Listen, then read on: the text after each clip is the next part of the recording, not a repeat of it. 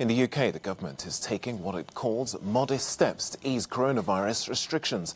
People from different households will now be able to meet up with friends and family. And as Evelyn Laverick now reports, for the first time in months, vulnerable people in some areas are being told it's okay to go outdoors. The UK government's been forced to defend its decision to ease coronavirus lockdown restrictions further in England. It came as people took advantage of soaring weekend temperatures and flocked to beaches and beauty spots. We're reasonably confident that the steps that we've taken and will be taking on Monday are manageable, but we have to all continue to play our part in that because the rate of infection remains somewhere between 0.7 and 0.9, and the room for manoeuvre is quite limited. Besides telling most at-risk people who've been at home for months that they can now go out, primary schools are set to reopen today, but it's unclear how many parents will be sending their children back to the classrooms. It may be that there are some parents out there today who have not yet made the decision to send their children back to school, but will do so in the days ahead when they've seen other people make that step and schools manage to reopen safely. The government in Spain is taking a cautious approach. Even though its death rate has dropped to 2 in the last 24 hours, the Prime Minister is extending the country's state of emergency, but for a final time. Meanwhile, Estonia is leading the way in freedom of movement, waiving quarantine requirements on Germany and Austria. It follows last week's creation of a travel bubble with Latvia and Lithuania. In France, preparations are underway for the opening of restaurants and bars on Tuesday. Until then, with few visitors to the capital, locals have been enjoying having the delights of the Seine to themselves. It's the right moment to enjoy it at the end of confinement. There are no boats, and tourist boats are all forbidden on the Seine. In Italy's recorded 75 deaths, its fewest since the start of lockdown. The Colosseum had the Italian tricolour projected onto its ancient walls to mark its reopening. Evelyn Laverick, Euronews. Well, let's go over to the UK capital where we can speak to our reporter Tig Enright for more on this. Tig, new rules, so what's changing in the UK?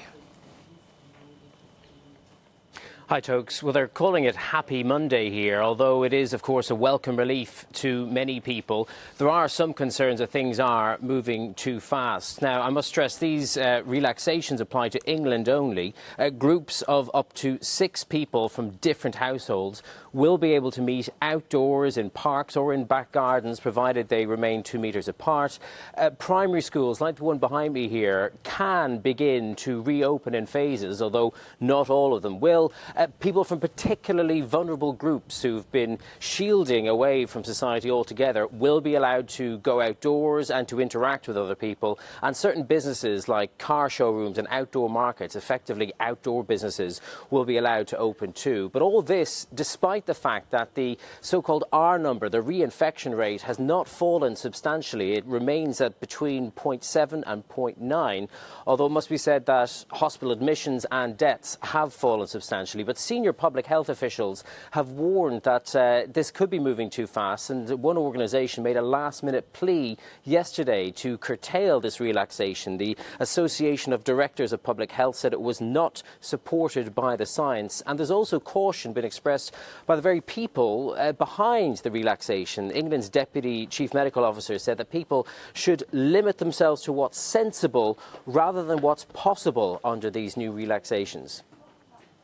Well, Tig, how does, these rules which apply for all of the UK, but it's, different countries within the kingdom are taking different approaches, so what's the difference? Yeah, that's right.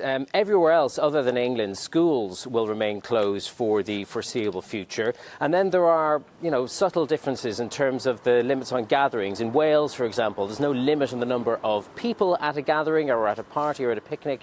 But as long as those people are only from 2 households, that 2-household limit applies as well in Scotland. And there's also a limit of up to 8 people as long as they are from 2 households. And in Scotland, vulnerable people are being told to remain indoors. So there is a confusion, I think, between the different jurisdictions and the different messages, and indeed the leaders of the devolved governments in Scotland, in Wales and in Northern Ireland have previously expressed concern that central government for England and the rest of the UK are moving too fast, and certainly in Scotland there's concern of a spillover effect. The Scottish First Minister, Nicola Sturgeon, warning that there is a significant risk, as she put it, that coronavirus could run out of control again. Although one thing which does remain in place, or is in place now for all of the UK, is that people in relatively large groups of people can meet their friends and family for the first time in many months. Well, good news for some there in the UK. Tig Enright, thanks for joining us.